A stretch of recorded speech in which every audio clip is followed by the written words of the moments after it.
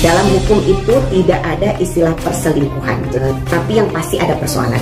Saya berharap mereka bisa cepat selesai cerai dengan baik-baik, ya kan, tanpa ada kisruh sana sini, tidak perlu saling menjatuhkan satu sama lain. Kalau engkau ingin mencintai, ada batasnya, jangan berlebihan. Cinta yang wajar, karena bisa saja yang kita cintai berubah menjadi orang yang kita benci karena perilakunya dan seterusnya, atau dia akan meninggalkan kita.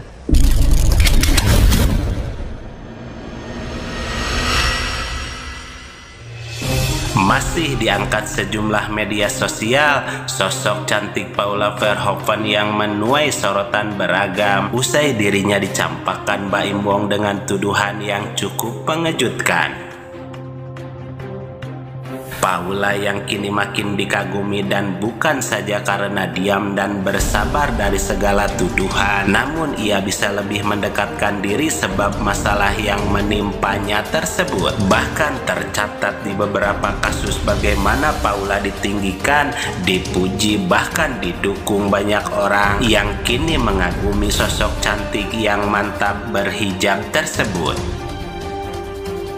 Lantas siapa sajakah barisan orang yang berada di belakang Paula sekarang hingga sang model tersebut kini mencoba membuktikan langsung bahwa dirinya bisa sukses dan makin bersinar meski tanpa sosok Baim di sampingnya. Hingga Buya Yahya menegaskan hal penting terkait ini. Selengkapnya mari kita bongkar dengan menyimak sampai selesai agar tidak salah paham. Jadi, kalaupun mereka harus bercerai, saya berharap mereka bisa cepat selesai cerai dengan baik-baik, ya kan, tanpa ada kisruh sana sini, tidak perlu saling menjatuhkan satu sama lain, karena mereka punya anak.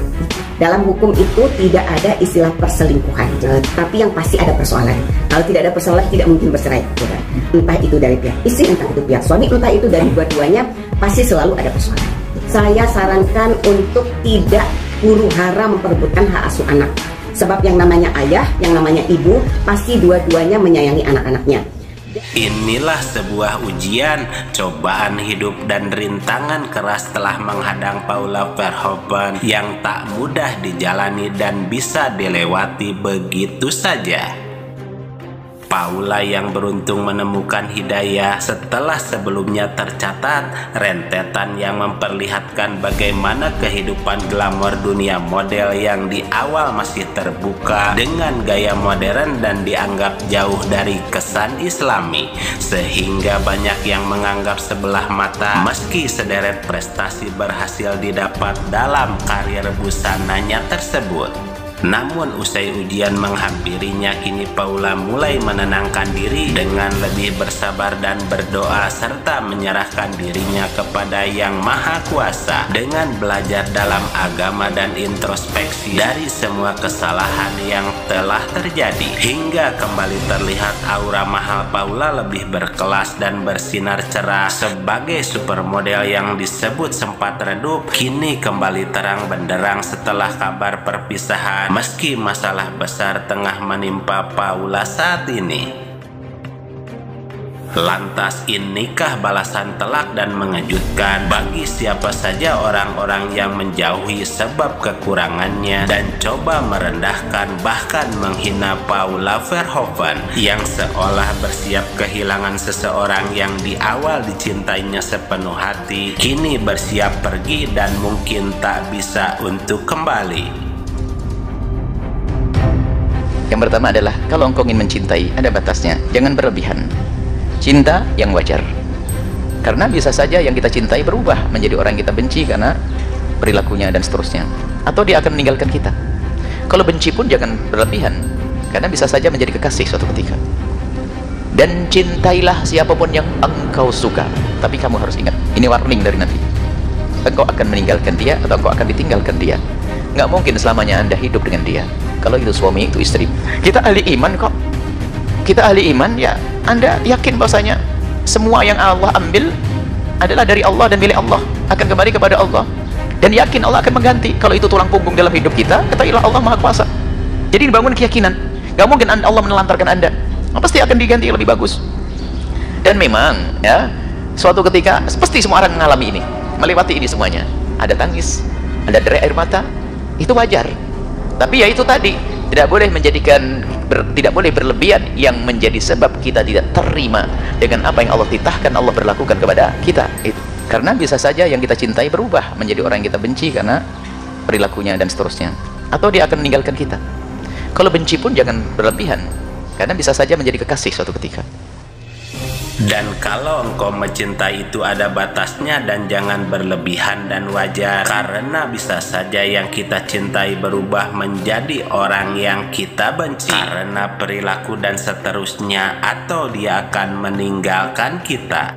Dan kalau benci pun jangan berlebihan, karena bisa saja menjadi kekasih suatu ketika nanti. Maka cintailah siapapun yang engkau suka, tapi harus diingat bahwa engkau akan ditinggalkan dia atau engkau akan meninggalkan dia, karena tidak mungkin akan selamanya hidup dengannya, kata Buya Yahya. Ungkapan dan pesan Buya Yahya secara umum tersebut bukan membahas Baim Paula secara langsung, sebagai pembelajaran dan tuntunan kebaikan bagi kita semua, yang seolah mengingatkan berhati-hatilah bersikap dalam menentukan sebuah keputusan, sehebat dan seberat apapun masalah yang tengah dihadapi, karena semua bisa tiba-tiba pergi ketika saatnya datang menghampiri. Sehingga pesan yang bisa kita ambil bahwa banyak kisah sukses orang-orang yang dimulai dengan kepahitan dan masalah yang besar, bahkan rumit untuk dihadapi. Namun hebatnya mereka tidak terpengaruh sedikit pun oleh cobaan, hinaan, bahkan rumitnya masalah besar tersebut. Dan inilah yang membedakan orang sukses dengan orang yang gagal.